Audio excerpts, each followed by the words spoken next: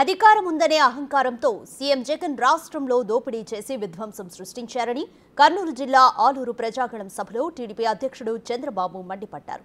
పాలించమని అధికారం ఇస్తే జగన్ మాత్రం రాష్ట్రంలో అన్ని వ్యవస్థల్ని సర్వనాశనం చేశారని ఫైర్ అయ్యారు. భవిష్యత్తును మార్చే ఎన్నికల్లో కూటమిని గెలిపించి రాష్ట్రాన్ని కాపాడుకోవాలని చంద్రబాబు పిలుపునిచ్చారు.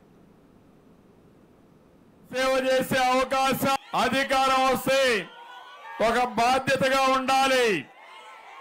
అధికారం అనేది ప్రజలకు సేవ చేసే అవకాశం, ఒక జవాబుదారీతనం ఉండాలి.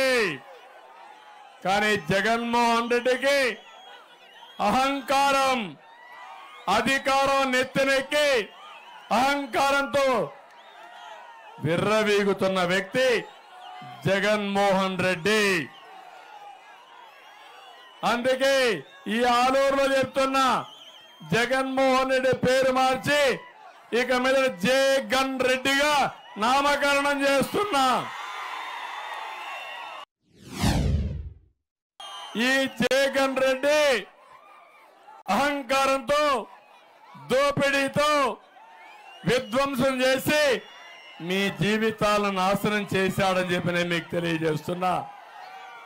ఇంకో పక్క పాలించమని అధికారం ఇస్తే రాష్ట్రాన్ని, అన్ని వ్యవస్థల్ని, అన్ని రంగాలని సర్వనాశనం చేసి నిన్నటి వరకు పరదాలు కట్టుకొని తిరిగిన వ్యక్తి ఇప్పుడు మళ్ళీ రోడ్డు మీదకి వచ్చి మీ నెత్తిన చేయి పెట్టే పరిస్థితికి వచ్చాడు.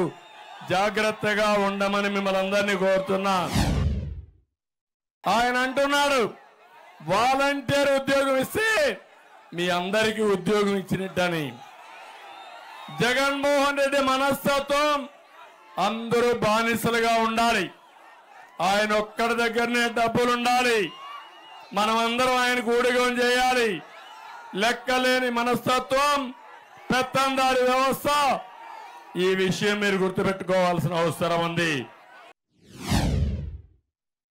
ఆ రోజు మీ తల మీద చెయ్యి పెట్టాడు, బుగ్గలు నిమిరాడు, ముద్దులు పెట్టాడు. మీరు ఐసైపోయారు. 5 ఏళ్లు గుద్దుడే గుద్దుడు, దొబ్బుడే దొబ్బుడు. ఇప్పుడు మళ్ళా పరదాల చుట్టూరు తిరిగి మళ్ళా వచ్చి పరదాలు వదిలేసి నాటకాల రాయుడు, నాటకాలు మొదలు పెట్టాడు తమ్ముడు అని అడుగుతున్నా. ఈ ముఖ్యమంత్రి ఒక అపరిచితుడు. సినిమా చూశారా మీరు ఒకప్పుడు? అంటే పేదవాడిని తల మీద చేయి పెడతాడు, ఒక 10 సార్లు వాష్ చేసుకుంటాడు చెయ్యి అంతా కూడా. చేసే పనికి, చెప్పే మాటలకి పొంతనుండదు ఉందా అని అడుగుతున్నా మిమ్మల్ని.